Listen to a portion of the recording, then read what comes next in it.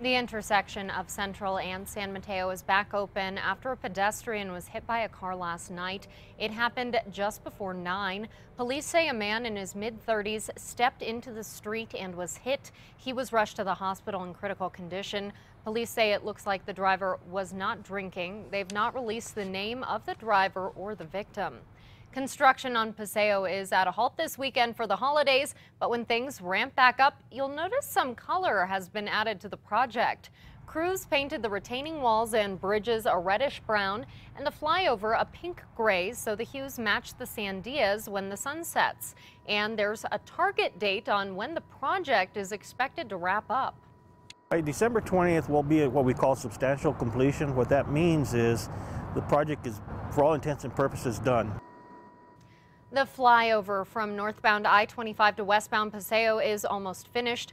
Now crews are putting the finishing touches on the project. The DOT says there may be a few more night closures in the next couple of weeks, but the bulk of the work will be done in 2 to 3 weeks. Of course, we'll keep you updated. A suspected drunk driver on a cruise took a slice out of a pizza place. Eyewitnesses say Justin Rogers was driving northbound on San Pedro near Montgomery Northeast when he crossed over a concrete median into the southbound lanes. Then he drove into the parking lot of a strip mall and right into the Little Caesars Pizza. When police got there, he had a bizarre story to tell. He had called police to have us come babysit his kids, and he believed he was at his house. This is Rogers' 4th DWI arrest. He was also driving on a revoked license. His SUV was impounded. Police say an inside job went wrong for 3 men who allegedly tried to rob the store they worked at. Police say Travis Burns, Donald Fain, and Frank Meek were all employed at a Shell convenience store in Carlsbad when investigators say they disabled the store's cameras last month, then tried to make it look like a random robbery. In the end, police say the men took about $7,000 from the safe before dumping it in a nearby lake. They're scheduled to face a judge next month. The Santa Fe Public School District is coming up short when it comes to substitute teachers. The Santa Fe New Mexican reports the district has 240 subs but needs another 60.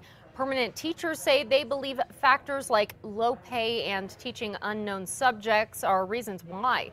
The school district says it started a new orientation process for potential substitutes. It gives candidates an idea of how the job works and weeds out those who aren't really interested. The Duke City is one of the best places to score a good deal on real estate. At least that's what a new study out by Zillow.com says.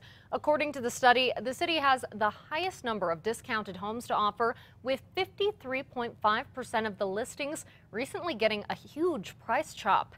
Wichita, Kansas came in second, followed by Omaha, Nebraska. Despite rumors, Zillow says the winter does make for a good housing market because competition is low, which is good for both buyers and for sellers. Well, yesterday we stopped by Just Sprinklers on Montgomery, where workers told us they've already seen a steady stream of customers ready for Christmas. But 6 years of decreased demand and low prices have put a lot of Christmas tree growers out of business. If you're in the market for a real tree this year, they had some tips to keep it from drying out. You can add preservative to the tree, which will help to kind of prolong the life of it. Really just making sure the heater in the house is not directly over, the tree's not by a vent, because that could actually make for a dry tree as well. A real Christmas tree could cost you a little more. It depends on the tree, but for many you'll pay about $20. That's up $2 from previous years. New York has nothing on New Mexico when it comes to a spicy New Year's Eve.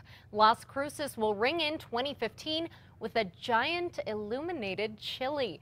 The 15-foot chili will take the plunge during the downtown celebration. The idea comes from the New York Ball Drop and Atlanta's Peach Drop. But the question remains, should that chili be red or green? You can vote until Christmas, and the city won't unveil the results until the Big Bash on New Year's Eve. To find out how to cast your vote, go to links at KRQE.com. It's just one chili, so Christmas is not an option. Today is Small Business Saturday, when shoppers hit up locally owned businesses and help New Mexico's economy. Hundreds of stores across the state will offer sales and specials, including many in Old Town. If you're going to Santa Fe for your Christmas shopping, you can park for free on the plaza on the 3 Saturdays leading up to the holiday. That's on December 6th, the 13th, and the 20th. It's thanks to members of the Santa Fe Downtown Merchants Association who pooled their money together so shoppers could park for free.